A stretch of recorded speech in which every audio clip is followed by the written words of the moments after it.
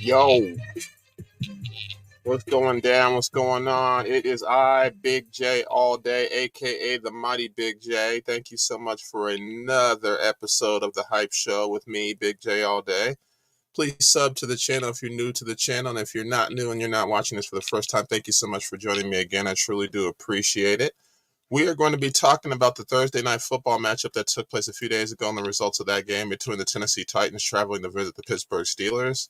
After that, I'm going to give you an update on the score of the game taking place right now live in Frankfurt Stadium in Frankfurt, Germany. That's the Miami Dolphins at the Kansas City Chiefs. And then we will get into the rest of the schedule for the games taking place here today, and then also touch on the Monday night football game matchup between the Los Angeles Chargers traveling to visit the New York Jets tomorrow night, November 6th, 8:15 p.m. Eastern on ABC and ESPN. So at this current time here, Miami is at the Kansas City Chiefs here. That game is currently showing a score of 21-7 Kansas City. Actually, I'm sorry, 21-14. They scored another touchdown here as we end the third quarter. So 21-14 Kansas City. Kansas City was actually up 21-0 at the half, and Detroit scored two third quarter touchdowns. The Miami Dolphins. So let's see what the Dolphins got here. The Dolphins they got a victory last week in Kansas City. Unfortunately, suffered a loss to Denver. So let's see what each team has and what they can do here. But yeah, I'll keep that game updated for you guys and let you know what the score is at that current time as this game continues, and I'll let you know what the final score is before we close out the broadcast. Like I said, the first game we're going to talk about the Thursday night matchup that took place here. The Tennessee Titans traveled to visit the Pittsburgh Steelers, and the Steelers got the final victory on this one by a score of 20-16. The Tennessee Titans were actually driving late and were looking to actually take the lead at that point, and actually Will Levis actually threw an interception into the end zone to Pittsburgh, and they were able to get the victory as a result of that. Watching that play, when Quan Alexander got that interception, I was like, yeah, he's probably going to throw. Yep, shouldn't have thrown that football. But Will Levis is a rookie. He was only making his second start after wowing us with a 4-touchdown performance a week ago. So there's going to be ups and downs as he's going to learn, and that's what he pretty much learned from this game. Will Levis he had an all right game. He was 22 of 39 for 262 yards in that late interception. He didn't throw any touchdowns. Kenny Pickett for Pittsburgh was 19 of 30 for 160 yards and a touchdown. Running the football was actually in favor of Pittsburgh. They got 166 yards on the ground to Tennessee's 105. Jaylen Warren had 11 carries for 88 yards to go along with 3 catches for 25 yards. So he had over 100 yards from scrimmage. Najee Harris had 16 carries for 69 yards and got a touchdown. He got a touchdown early in the first quarter. Calvin Austin added 2 carries for 10 yards.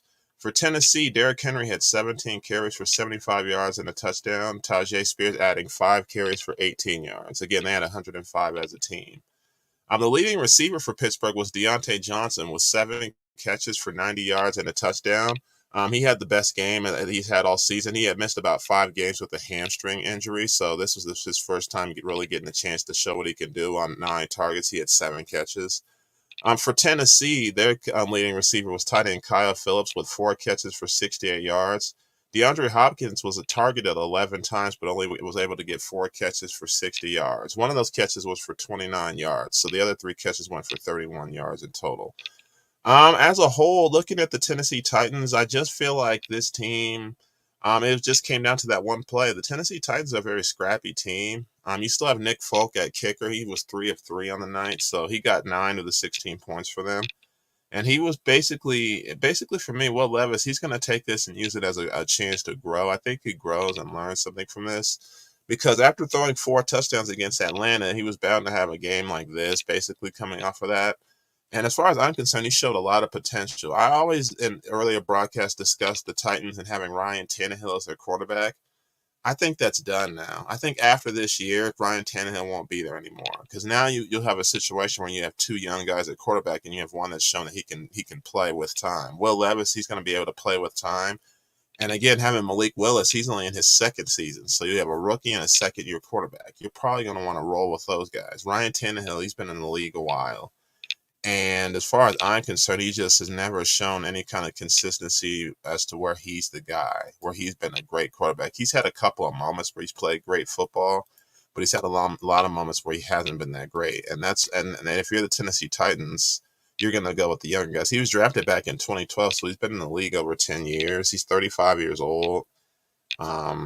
Tennessee's definitely going to roll with a younger quarterback for sure.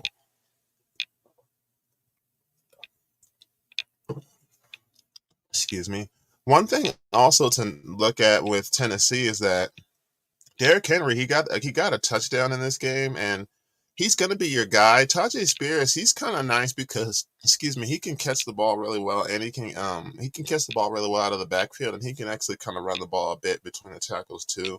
Not quite to the extent of Derrick Henry, but nevertheless, he's got some potential in him too. So, looking at the Tennessee Titans, I don't know if they'll be a playoff team this year. But as far as the future, I think they'll be pretty good with Will Levis at quarterback once he gets more reps and he just continues to play down the stretch.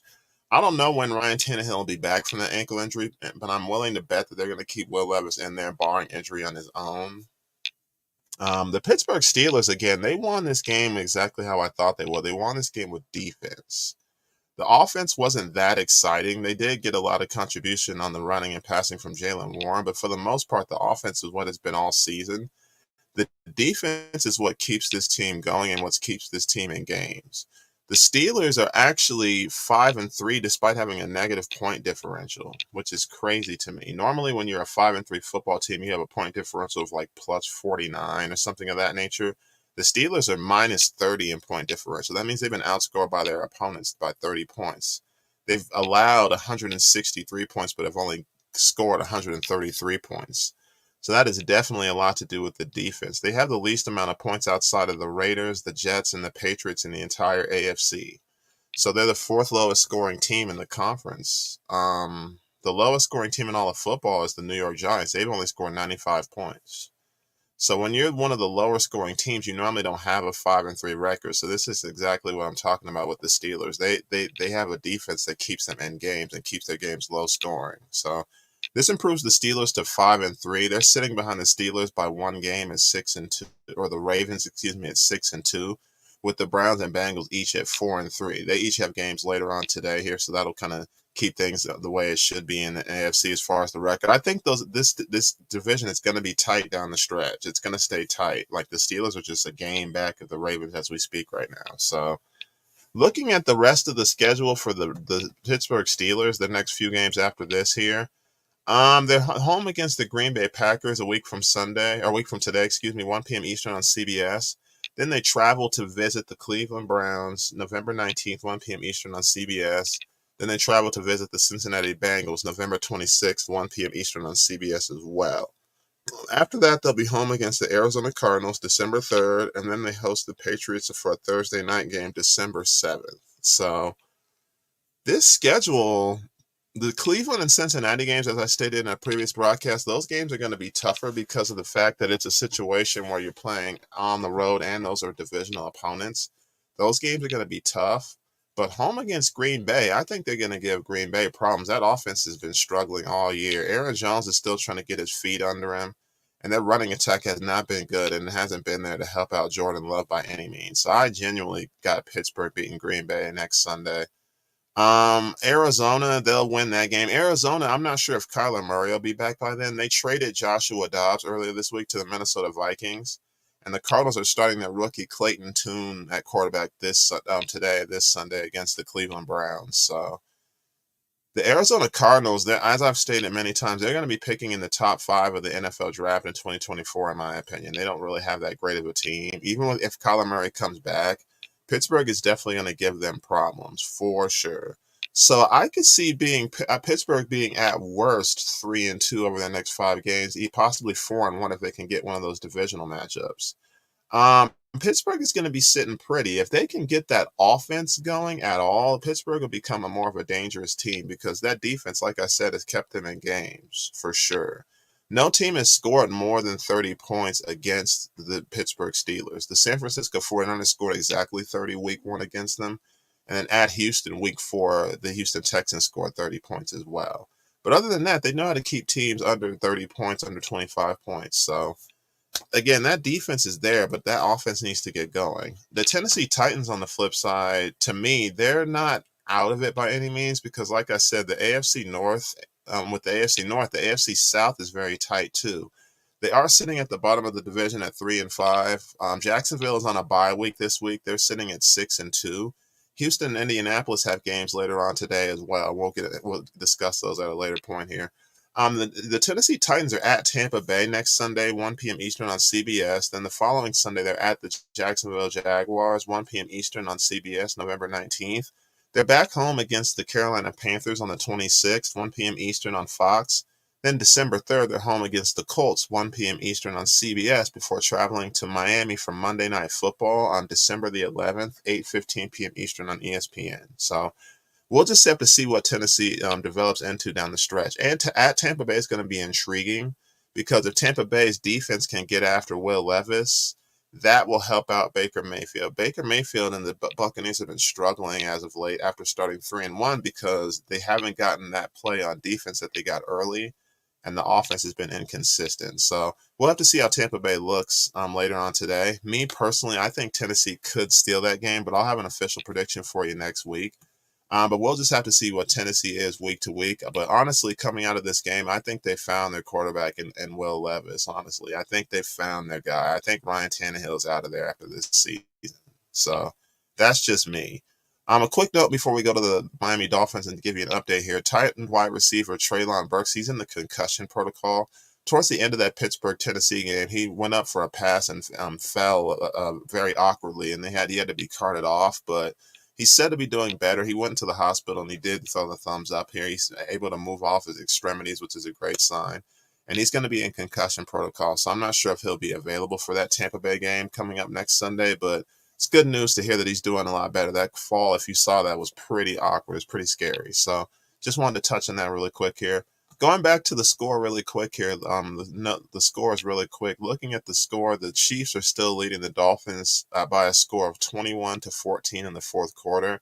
11:25 to go. So that game is on NFL Network right now. If you have an NFL Network or you're subscribed to it, go check that out. That's the place to be for that game. All right, so let's touch on the rest of the games coming up here for the rest of the day here. The rest of these games I'm going to touch on are going to be at 1 p.m. Eastern. And then after that, I'll designate the time for the other games coming up in the afternoon, the Sunday Night Football matchup, and then, of course, the Monday Night Football matchup as well. These next 7 games I'm going to be talking about at 1 p.m. Eastern here. The Minnesota Vikings are traveling to visit the Atlanta Falcons. Again, this game is taking place at Mercedes-Benz Stadium in Atlanta, Georgia. That game will be on Fox if you're in one of those local markets, or if you have the Sunday Ticket on YouTube, you'll be able to check that game out there. The Atlanta Falcons are favored by 3.5. That's the line on this game here. Minnesota, that with them acquiring Joshua Dobbs, they did that because Kirk Cousins is going to be out for the rest of the season. He tore his tendon last week against Green Bay. So he's going to a quarterback who did what he was doing pretty much as like a spot filler for the Arizona Cardinals and Joshua Dobbs. And I honestly think that's going to be the same thing here. Kirk Cousins was scheduled to be a free agent after the season, so they're not even sure if they were bringing him back anyway. Rookie quarterback Jaren Hall, who was selected in the 5th round out of BYU, he's going to be getting the start today for the Minnesota Vikings because they have to get Dobbs acclimated to the playbook. This is a different offense. So with him just being there a few days, he's going to be in a situation where he's going to be very behind as far as the offense. He's not going to be behind as far as talent. He's played for a few different teams, but Jaren Hall's going to understand that playbook better. So on the flip side, Atlanta has benched their quarterback, Desmond Ridder, and they're going to be starting veteran quarterback Taylor Heineke, who they signed in the offseason, coming over from the Washington Commanders. He was in a similar situation with Washington. They decided to go with Sam Howell the last couple of games of the 2022 season, so he was the odd man out, and that's why he ended up taking this role with Atlanta as a backup role. But Desmond Ridder has not been it for Atlanta. He leads the league in turnovers, interceptions, and fumbles combined. He had 3 fumbles last week, even though they were able to get the victory. And as far as I'm concerned, I've been saying for weeks, Desmond Ridder just doesn't intrigue or excite me at all. There's nothing about him that screams that he's going to be a generational talent or someone that's going to lead the Falcons to a Super Bowl again. So Taylor Heineke, he's played in a few playoff games with Washington. He went toe-to-toe with Tom Brady in the 2020 playoffs. I'll never forget that. That was en route to a Super Bowl for the Tampa Bay Buccaneers, but he played really well against the Buccaneers that year. That's something that stuck out about him. The Atlanta Falcons, again, after this week, they'll be at the Arizona Cardinals November 12th at 4:05 p.m. Eastern on CBS. Then they have their bye week. Then the Atlanta Falcons will be hosting the New Orleans Saints November 26th, 1 p.m. Eastern on Fox. They're then at the New York Jets December 3rd, 1 p.m. Eastern on Fox, before hosting the Tampa Bay Buccaneers December 10th, 1 p.m. Eastern on CBS, excuse me. I'm intrigued to see how Taylor Heineke is going to look. I haven't seen him since he played middle of last season. Again, Sam Howell took over the last few weeks of the season for Washington since they weren't going to make the playoffs.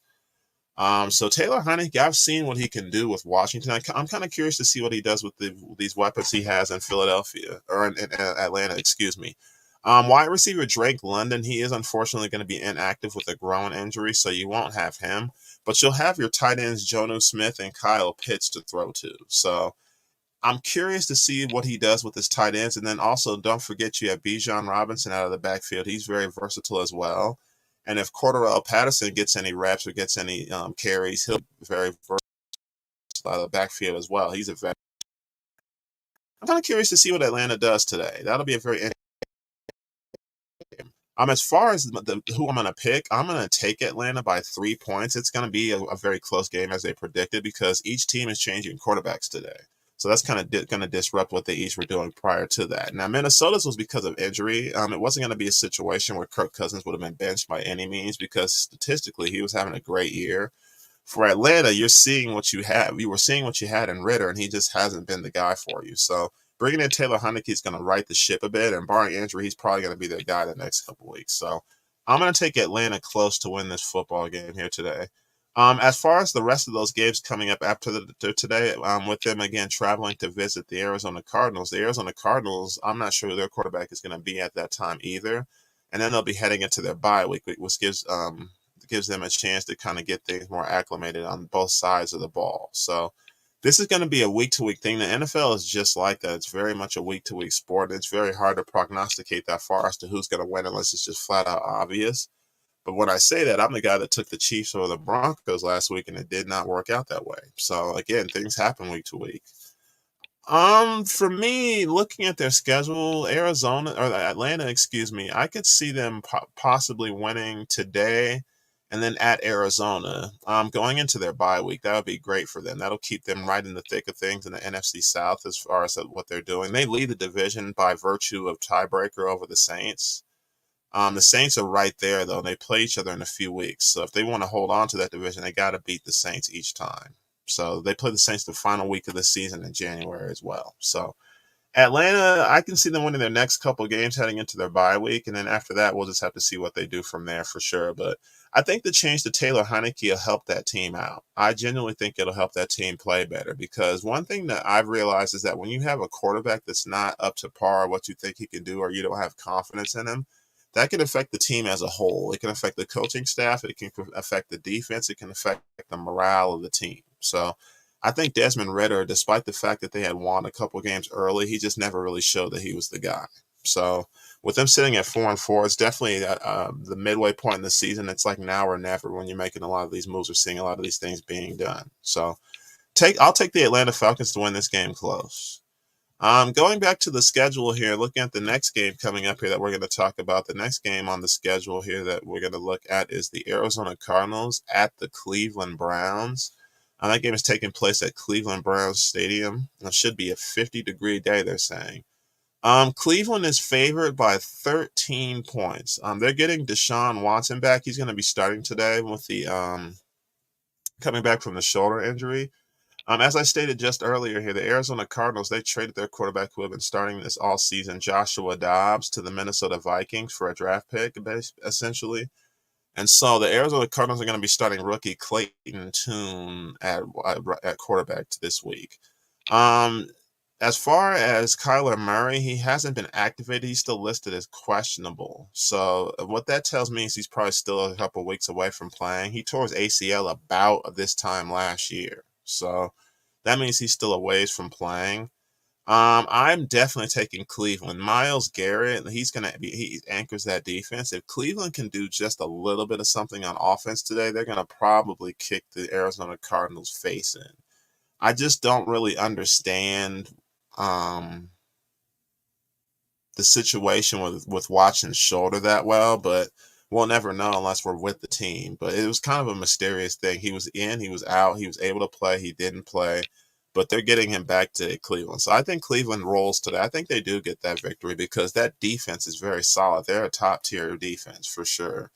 The Cardinals, as I've already stated many times, they're playing for a top spot, or they're playing for a top draft pick. Basically, they're going to be drafting somebody at the top of the draft in 2024. And if Kyler Murray and Clayton Tune each show you something, if Kyler Murray gives you any indication that he's the future, they probably won't take a quarterback. But it's still kind of up in the air with Kyler Murray. I think. I don't really I see potential, but I don't have confidence in his maturity level. He doesn't even like to study the playbook. They had to put a clause in his contract at first about that, which was very telling. Like I said, I'm taking Cleveland to win this football game today. Cleveland sits at the bottom of the division at 4-3. They're tied with Cincinnati, but this is to me is probably the toughest division in football. Pittsburgh improved to 5-3 with their victory this past Thursday, and Baltimore sits at 6-2. Looking ahead to the rest of Cleveland's schedule after today, they will be hosting the they're at the Baltimore Ravens November 12th, 1 p.m. Eastern on Fox. Then they're home against the Pittsburgh Steelers, 1 p.m. Eastern on CBS, before traveling to face the Denver Broncos, November 26th, 4:05 p.m. Eastern on Fox. Then they're at the Los Angeles Rams, 4:25 p.m. Eastern, December the 3rd. So I'm taking Cleveland today. These next couple games after that are going to be tough. As I've always stated, that AFC North and those divisional games are tough. Very tough games. After Baltimore and after they host Pittsburgh, though, they're at Denver and then they're at the Rams. I could see them taking those games because their defense is not just good, it's very elite, and they harass the quarterback very well. So I could see them being 3-2 over the next 5 weeks, barring injury and barring some sort of unforeseen circumstance, because at Baltimore, I know that's going to be a gritty game. If they can take one of those games, that'll have them sitting pretty as far as the division standings too. And if they were able to go 4-1 over the course of the next 5 games, that would have them at 8-4.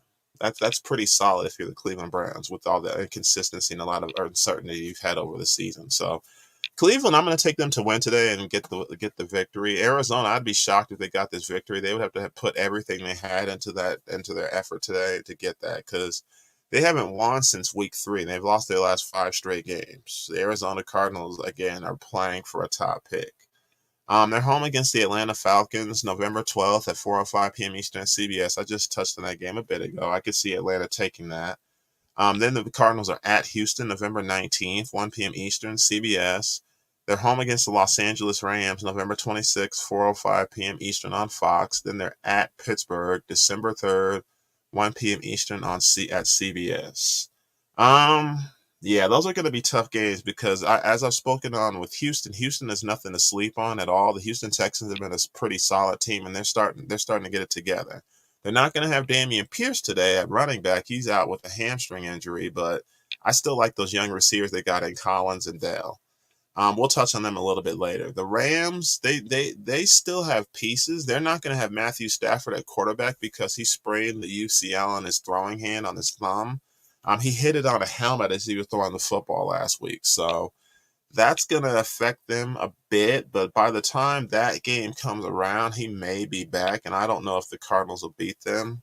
That's a pick 'em. We'll touch on that game later. But that's a pick 'em. The Rams and Cardinals are the bottom 2 teams in the NFC West, in my opinion. And then at the Pittsburgh Steelers, that's going to be really tough for Arizona. Traveling to Pittsburgh.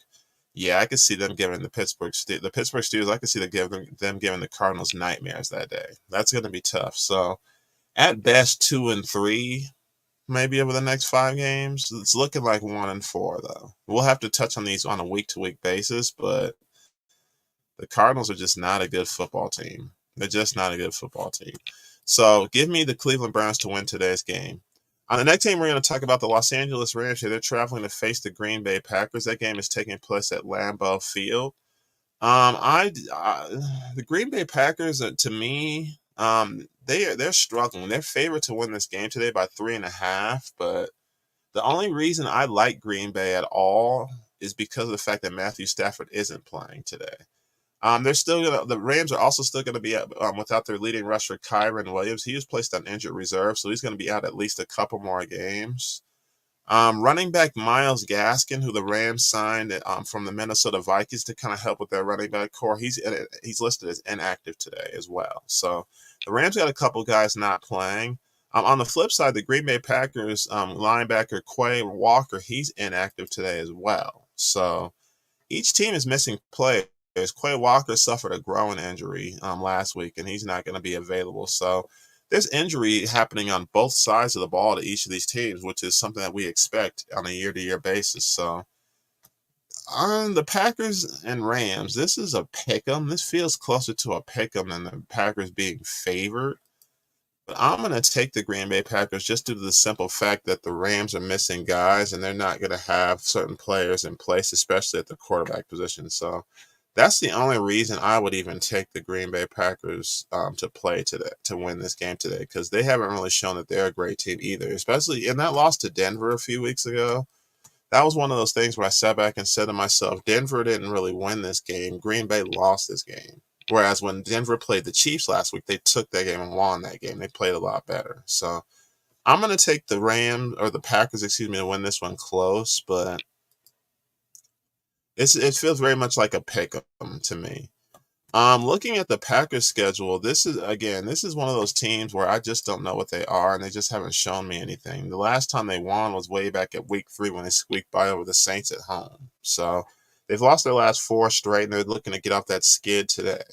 They'll be at the Pittsburgh Steelers November 12th, 1 p.m. Eastern on CBS before they're back home against the Los Angeles Chargers November 9th, 1 p.m. Eastern on Fox. They're at the Detroit Lions, on Thanksgiving, 12:30 Eastern on Fox. Then 10 days later, they're home against the Kansas City Chiefs for Sunday Night Football, December 3rd, 8:20 p.m. Eastern on NBC. They got some tough games coming up. The Packers got some really tough games coming up after today. I could see them being 1-4 over their next 5 games. Their next game that's going to give them any relief, in a sense, is when they're at the Giants December 11th for Monday Night Football. The Giants aren't a good team either, and I think that'll be the next time we see Green Bay get a victory. I don't see them winning today unless the Rams just play awful football. Why not? I apologize. I picked the Packers to win today. But if the Rams show anything in their running game, or if they have any guys pick it up and perform, the Packers are vulnerable to that. But I could see the Packers being 1-4 over the course of their next 5 games. As far as the Rams go, I got them losing today's game here. Matthew Stafford, who knows how long he'll be out, but he's definitely out for today's game. They're home for the Seattle Seahawks November 19th. They have a bye week after today, so they don't play next week. But then the Rams are home for the Seattle Seahawks November 19th. They're at the Arizona Rams November 26th. They're home against the Cleveland Browns December 3rd at 4:25 p.m. Eastern on Fox. And then they're at Baltimore December 10th, 1 p.m. Eastern on Fox as well. So, again, Stafford being out, it's really going to matter how long he's out for to kind of determine what they're going to be and what kind of skid they're going to be on. They're starting Brett Rippon at quarterback. He was on the backup for the Denver Broncos the last few seasons, so I've seen him play. He's serviceable. He'll get you down the field a little bit, but he's not going to be a guy that's going to be a catalyst for a strong offensive performance by any means. If they can get any kind of assistance from the running game, that's where it's going to have to come from, because you're down Kyron Williams, you're down Ronnie Rivers. Zach Evans, the rookie out of Ole Miss, he was supposed to play but was a healthy scratch. You got Darrell Henderson back there. I just don't know who's going to be running the football for the Rams. So that's why it's hard for me to predict a victory for them today. But as a whole, over their next 5 games, they could be 1-4 easily. I could definitely see them being 1-4, unfortunately. The next game we're going to talk about here is the Washington Commanders traveling to visit the New England Patriots. That's going to be taking place in Foxborough at Gillette Field. This game, to me, is a game of attrition. The New England Patriots, They have their moments here and there, but they're not a good football team this year. They just don't have the right personnel in place. They're favored by 3, but I think that just has more to do with the fact that they're at home. Um, the Patriots are the worst team in the AFC statistically and by record right now at 2-6. They're 1-3 at home, and the one victory they got was kind of a toss up. It could have gone either way. So the Commanders on the flip side, they're kind of in the same position that they were last season. They're sitting in third place in the NFC East at 3-5. The Giants are sitting at the bottom at 2-6. The Giants were a better team last year, and Washington didn't make the playoffs, even though they were 8-1, because the rest of the division was better than them. They had a better record. So I don't know if Washington will make the playoffs again this year, even though the Giants are faltering, because Philadelphia sits at 7-1, and they play Dallas later on today at 5-2. We'll touch on that game later on the broadcast. That's going to be a good one.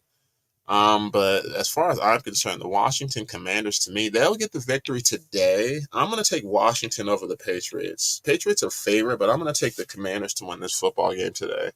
The Patriots, they just don't have personnel on that team that I look at and I say to myself, that guy is going to do some damage today. Their best receiver, Kendrick Bourne, he tore his ACL last week. He had 37 catches for 406 yards and 4 touchdowns. But with him tearing his ACL, he's going to be out for the rest of the season for the Patriots. They're not going to have him. And he's going to be a free agent, so he may not be back with the team next year. So the Patriots, you got Ramondre Stevenson and Ezekiel Elliott as your running backs back there, but Zeke hasn't been the same in years. Zeke, from 2016 to 2019 with the Dallas Cowboys, Ezekiel Elliott was money. But a lot of those hits took a wear on him. I think those hits took a toll on him. He's just not the same guy that he was. He's only 28 years old, but he took a lot of hits. So, again, I'm going to take Washington to win this football game today, actually. I'm going to stick with the Patriots. The Washington Commanders are then at the Seattle Seahawks November 12th. That game is 4:25 p.m. Eastern on Fox. They're home against the New York Giants November 19th, 1 p.m. Eastern on Fox. They're at Dallas on Thanksgiving, 4:30 p.m. Eastern on CBS. Then 10 days later, they're home against the Miami Dolphins December 3rd, 1 p.m. Eastern on Fox. So the Washington Commanders, after today, I got them winning today against the New England Patriots, but after today, their schedule it's a toss-up. At Seattle is going to be tough, but home against the Giants, they've already they lost to the Giants at the New York Giants, but I think they'll take this one. I think they'll split with the Giants. So over the next 5 weeks, they could probably be 2-3, in my opinion. That'll put them at about 5-8 if that were the case. On the flip side here for the New England Patriots, Bill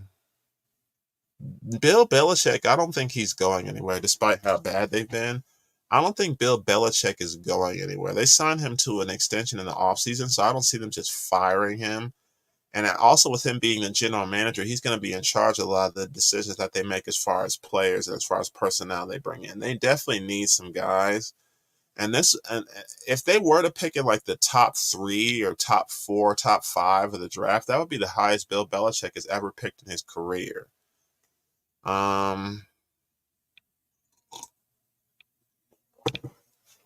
Looking at their schedule, honestly, they need a high draft pick because they need help everywhere. They did have high draft picks in the draft this past year. They had the 17th pick, cornerback Christian Gonzalez out of Oregon. He's been out with injury, though. So they haven't really had him since week 5 of this season. And he's probably going to possibly be out the rest of the year, unfortunately, with the injury he's dealing with. They play. Who's to say he's actually going to be coming back this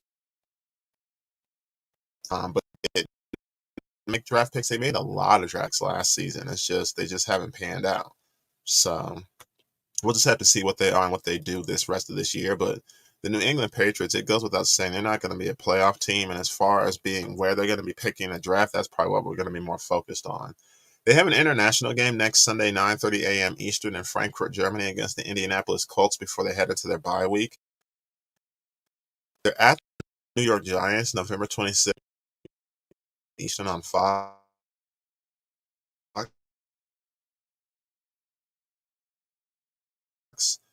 7th, 8. at the Giants. The Jets was just ugly. The way that the Jets won that was more about the way the Giants played. The Giants had negative passing yards last week.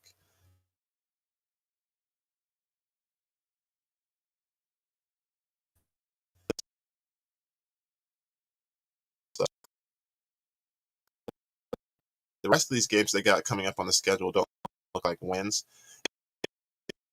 International game next week against the Indianapolis Colts could be a loss. So we'll have to take this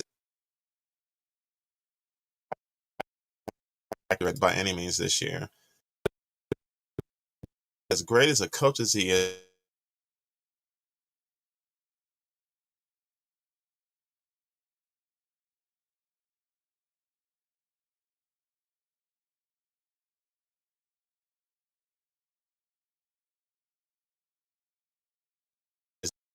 drafting, that can't be just swept under the rug. So he's going to get a lot of that grace and a lot of that benefit of the doubt, and that's what we're seeing here with this team. But the New England Patriots, they're going to be at the bottom of that division. They're going to stay there. Like I said, they're sitting 2-6, and they're a full 2.5 games, but they're 2.5 games behind the Jets already, who are sitting at 4-3 and play later on today. And I just don't see them doing anything about that deficit. So give me the. I'm going to take the Commanders to win that game today. I just don't know why New England is favored. If you're a betting man, taking New England would be kind of odd to me. I'm not a betting man, and I never understand what this is about, but I'm going to take the Commanders to win this game today. The next game we're going to talk about here, taking place this afternoon or this morning here, is going to be the Chicago Bears traveling to visit the New Orleans Saints. That game is taking place at, that's also 20 minutes or so. The Bears, Saints are favored by 9 points, and that's Saints to win this ball game. There was an article that I read earlier today about quarterback for the Saints, Derek Carr. He's been trying to get he's been trying to get his chemistry great with the wide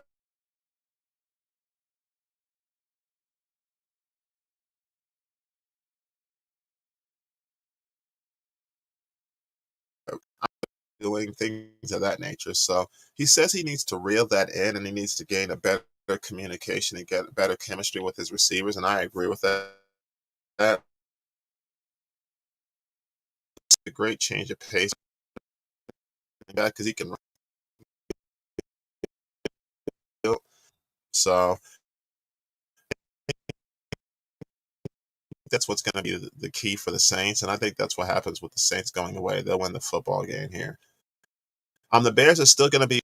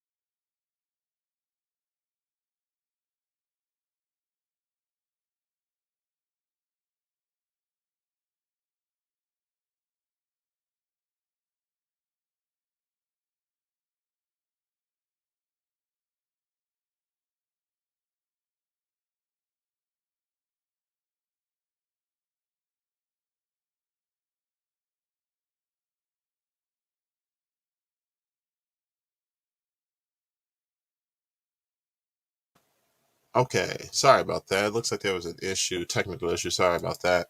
The Colts and Panthers, that's the game that we're talking about here. I'm going to take the Indianapolis Colts to win this game by a touchdown.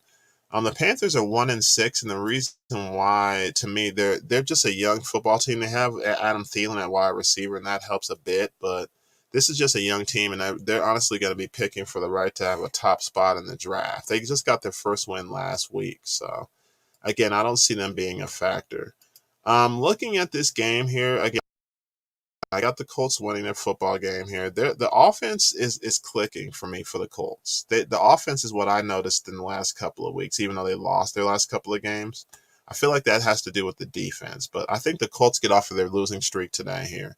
They have the New England Patriots next week in an international matchup taking place in Frankfurt, Germany. That'll be on November 12th at 9:30 p.m. or 9:30 a.m. Eastern before they head into their bye week.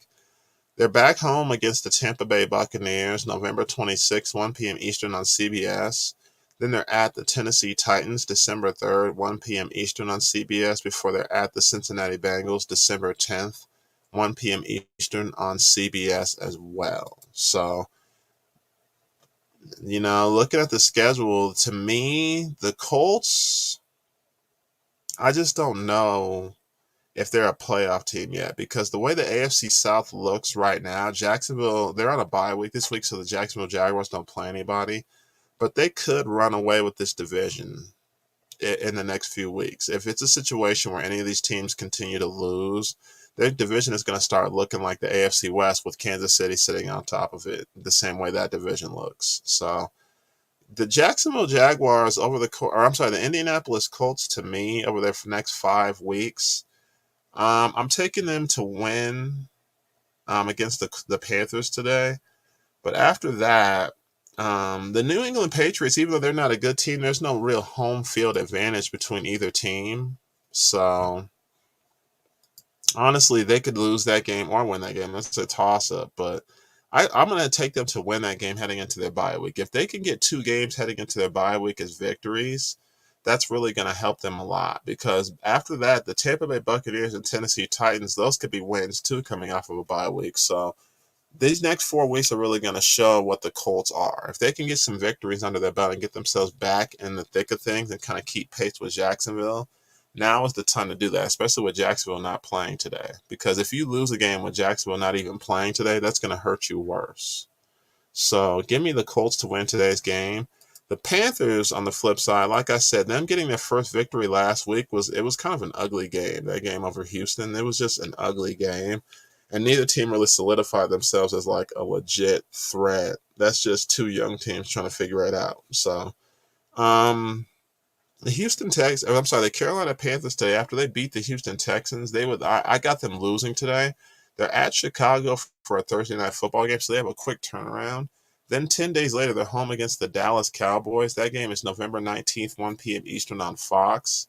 They're at the Tennessee Titans November 26th, 1 p.m. Eastern on Fox. And then after that, they're at the Tampa Bay Buccaneers December 3rd, 1 p.m. Eastern on CBS. So with the Carolina Panthers, if they get any wins against any of these teams, it would most likely be at Chicago. But I could see the Carolina Panthers being 4-13 as far as their record goes. I could see them getting 3 more wins, because sometimes you just get fluke wins at the end of the season. Sometimes you get wins where people are injured, things like that. So they got a few more wins under their belt. It's just a matter of where and who with the Carolina Panthers. But I'm taking the Colts today to beat them close. The next 2 games we're going to talk about are afternoon games in the afternoon slate. These 2 games are each at 4:25 p.m. Eastern. The New York Giants are traveling to visit the Las Vegas Raiders. That game is taking place at Allegiant Stadium. 2 teams that are both kind of in the same place. The Giants are having a rough year, but they didn't just fire a bunch of people like the Las Vegas Raiders did. The Las Vegas Raiders actually fired their head coach, Josh McDaniels, on this past Tuesday night, on Halloween night. They fired Josh McDaniels. They fired the GM, Dave Ziegler, as well. And these firings, they're going to cost lots of money. They're going to cost a total of $85 between the coaches and personnel that you fired. And they also benched Jimmy Garoppolo, the quarterback that they just signed in the offseason to a 3-year deal. So they're going to start rookie Aiden McConnell for the rest of the way. This team is just a mess, plain and simple. The Las Vegas Raiders are a mess as a franchise, and it'll be tough to see where they get their next win from. They're hosting the Giants today, as I stated. Then they're hosting the Jets for Sunday Night Football, November 12th at 8:20 p.m. Eastern on NBC.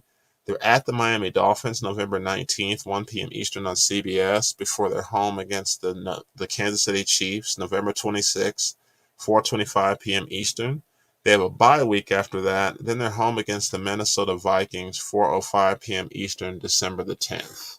That bye week couldn't come soon enough if you're the Raiders, but the Raiders and Giants, this is probably going to be one of the weakest games on the schedule today, because even though you're getting Daniel Jones back, this Giants team is not. They've just been bad on offense, and if there's a cure for that, it could be today against the Raiders. This game feels a lot like a pick'em. Like, if I were a betting man, I wouldn't touch this game with a 10-foot pole. I just wouldn't. This game just doesn't have any potential. I mean, I take that back. Any given Sunday, the reason why that phrase comes up is because at any given point, teams can just do what they need to and just get it going. Will the Raiders do that? It remains to be seen. The Giants, I know, like I said, they're getting Daniel Jones back at quarterback, but their quarterback Tommy DeVito, who came in place of Tyrod Taylor, who suffered the rib injury, he had -7 passing yards last week. I had more passing yards sitting on my couch. That's just crazy. You can't have that happening. So for me, I'm going to actually take the Giants to win this football game. Why? I don't really know, other than the fact that the Raiders are just a disaster. That's the only explanation that I have for that. Plain and simple.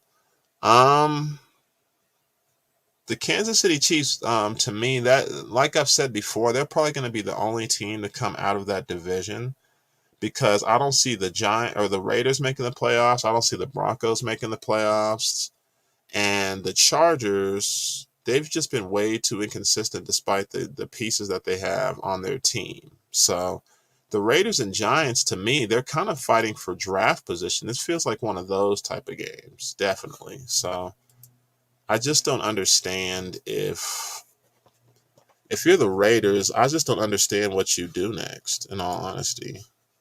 Because when you let go of a GM, when you let go of a coach, when you let go of an assistant coach, when you let go of like pretty much everybody and you start over like that, what's the direction of this team? This team has been directionless basically since Al Davis got fired, in my opinion. There's just nothing about this team that says, we're going to do this, we're going to go in this direction, we're going to do this, we're going to go in this direction. For the Denver Broncos credit, they've had an ownership change occur in these couple of years. So this is why this team isn't any good. But the Raiders, I just don't know what their excuse is. I'm taking the Giants to win this football game. I just don't see how the Raiders do anything. The next game we're going to talk about here, this game is the game that's intriguing to me. That's the Dallas Cowboys traveling to visit the Philadelphia Eagles. That game is taking place at Lincoln Financial Field, 4:25 p.m. Eastern. Whew, that's going to be fun. I genuinely think that's going to be a situation where Dallas, this game for Dallas, it's this. Very simple. If you want to prove that you're a contender, if you want to prove that you're a team that can be contended with, and if you want to prove that you're for real, the Dallas Cowboys have to win this football game today. Plain and simple, they have to win this football game. I'm taking Philadelphia to win. I'm going to take Philadelphia to win by 10 points because I don't really have any belief in the Dallas Cowboys beating contenders. Kind of like with the Miami Dolphins today. That game went final. The Chiefs won that game by a final of 21-14. So that score ended up holding up. And so the Chiefs got the victory. It doesn't matter what continent you're on. The Dolphins still have to prove to me that they can beat top teams. And that didn't happen today. This is what I'm looking for with the Dallas Cowboys. Can they beat a top team? We'll have to see. The Philadelphia Eagles, in my opinion, are the better football team. And there's a reason why they're 7-1. They sit at 7-1 across the entire league. They sit at the top of the league for a reason. And I just don't see it changing unless Dallas plays good on offense, defense, and special teams. They need to have one of those barn burner games, kind of like what they had against the Giants to start the year, kind of like what they did against the Jets, kind of like what they did against the Rams last week. They need games like that. But if you're going to have games like that, you need to do that against teams that are considered contenders. And I'm just not seeing that with the Dallas Cowboys. So they got to prove me wrong. I was looking for the Miami Dolphins to prove me wrong today against the Kansas City Chiefs and get that victory, but didn't happen. So give me the Cowboys to win that football game here. The there's two more games we're going to talk about before we close out the broadcast. The Sunday night football matchup is the Buffalo Bills traveling to visit the Cincinnati Bengals. That game is taking place at Paycor Stadium in Ohio. And then the final game we're going to touch on before we close out is the Monday night football matchup. The Los Angeles Chargers, they're going to be at the New York Jets at FedEx Field. That game is taking place tomorrow night, November 6th at 8:15 p.m. Eastern on ESPN and ABC as well. So Buffalo Bills and Cincinnati Bengals. This is going to be a very intriguing game, much like the way I felt about Kansas City and Miami. The Cincinnati Bengals are looking to climb out of the bottom of that AFC North division. And as far as the Buffalo Bills, with Miami losing today, this is going to be a great way for you to get you in the mix with them, because the Miami Dolphins losing, that kind of kicks them back a step, and that puts the Buffalo just a half game behind them in the divisional standings. So if you're the Buffalo Bills, you definitely want to take advantage of that game today. That's going to be huge for them. I just don't know if they'll win, because Cincinnati is starting to click. They're starting to fire on all cylinders, and they looked really good against the San Francisco 49ers last week. Joe Mixon got his first touchdown on the ground, and as a whole, that offense just looked a lot better than they had in previous weeks, in my opinion. So Cincinnati Bengals, Buffalo Bills. That feels like a pick'em, because each of these teams are fighting basically to keep pace with Kansas City. Kansas City, they rule the AFC. Plain and simple, they rule the AFC right now. That loss to Denver was more for Denver breaking a winning streak than really determining what Denver is going to do or what Kansas City is going to be. Kansas City's kind of already solidified themselves, and Denver, they were just breaking a winning streak. With this game today, or this game tonight, excuse me, the Sunday night matchup here, in all honesty, I'm going to take the Cincinnati Bengals close. And that's because I like what they've been doing the last few weeks. Josh Allen, I like him as a player. He can be a very great player and have great days, but it's been very inconsistent as far as what he can do sometimes, because he'll have great games and then he'll turn around and have a miserable game. So, in my opinion, I'm going to take the Cincinnati Bengals by 3. Not sure why, but I'm going to take Cincinnati Bengals by 3. As far as the games coming up here, again, the last game we're going to talk about before we close things out here is the Los Angeles Chargers visiting the New York Jets. Again, that game is taking place tomorrow night, 8:15 p.m. Eastern on ESPN. The Jets, that team, I kind of left them for dead, and then ever since the October 8th game against the Broncos, they've been a great football team. They've really gotten it together. The Chargers, they beat up on a Bears team last Sunday without Justin Fields. So I just don't know if that's really a barometer for what they are. I still need more inconsistency from them. Also, wide receiver Joshua Palmer, he's going to be out with a knee injury. He's not going to be available for them tomorrow. So that's just another wide receiver that they're going to be down, to go along with not having Mike Williams for the rest of the year. So that's really going to hurt them. But as far as this team goes here, the Los Angeles Chargers, I don't know if it's going to be a situation where they're going to become really heavily dependent on Keenan Allen and Austin Eckler, because those guys can play, but the Jets don't scare me on offense. It's kind of been just timely plays, their defense, and then the play of the other team that's gotten them victories to me. They've made the games kind of ugly. In my opinion, if the Chargers want to win this football game, they got to score early and they got to score often. They got to get at least 2 touchdowns right off the bat. They need at least 2 touchdowns right off the bat in order to win that football game. So, Chargers and Jets. Chargers and Jets. It's really hard to say because, like I said, the Jets don't scare me on offense. Their defense has some players on it, but they don't scare me on offense. And on the flip side, the Chargers' offense is pretty solid, but you're missing a few guys.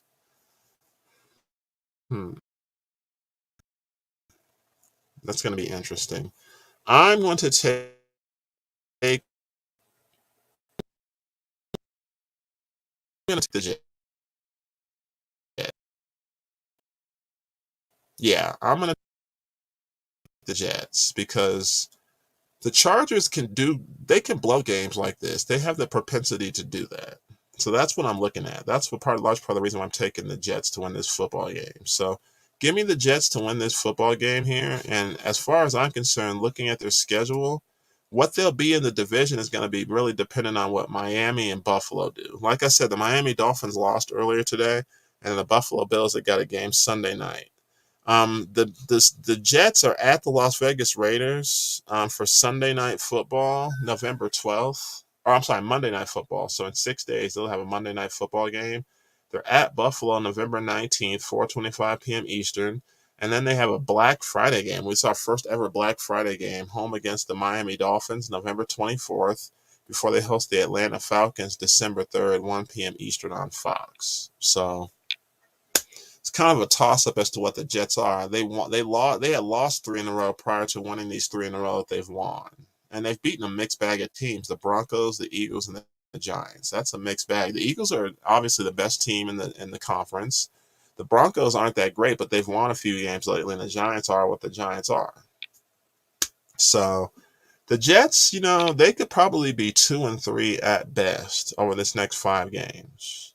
2-3 at best. And I'm going to say they win tonight and they beat the Raiders. If they can actually, I take that back. They could beat the Falcons too in December. I think they could beat the Falcons too. So give me 3-2 for the Jets over the next 5 games. Give me 3-2 for the Jets over the next 5 games. I'm going to say they're 3-2 over the next 5 games. Looking at the Los Angeles Chargers, looking at their schedule before we close out the broadcast here, I just got this funny feeling that they're going to lose that game tomorrow. I just don't know what it is here. They're down another wide receiver, and I just haven't really gotten anything consistent out of the Chargers yet. They lost their first 2 games. They won their next 2.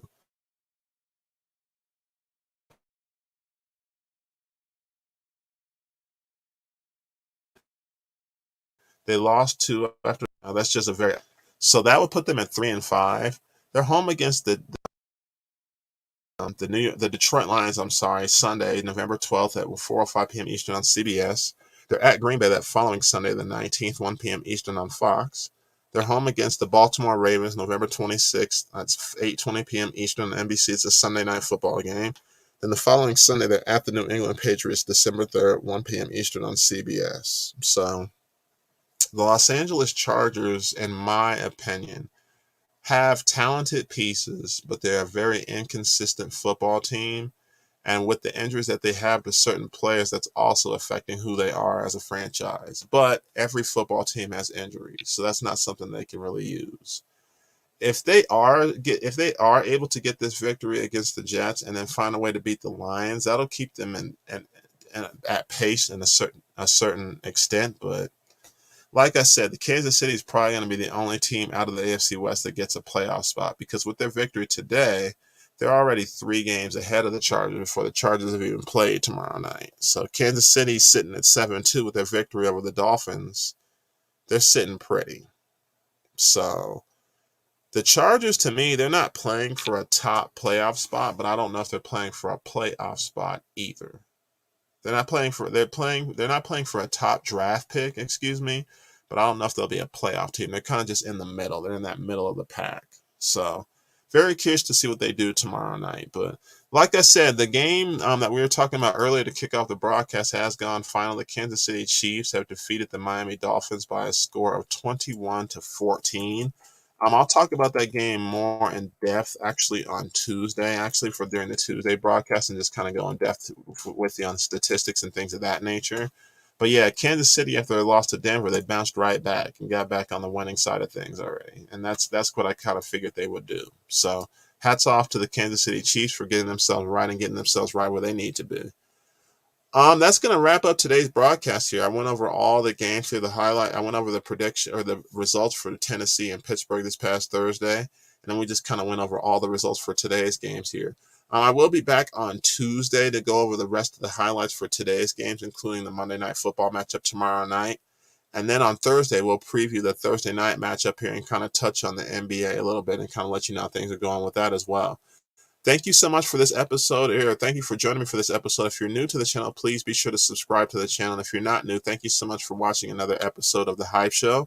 Thank you. I'm going to go ahead and close things out here. But like I said, I'll be back on Tuesday. This is The Hype Show. Thank you so much. You guys have a great rest of your day. Thank you.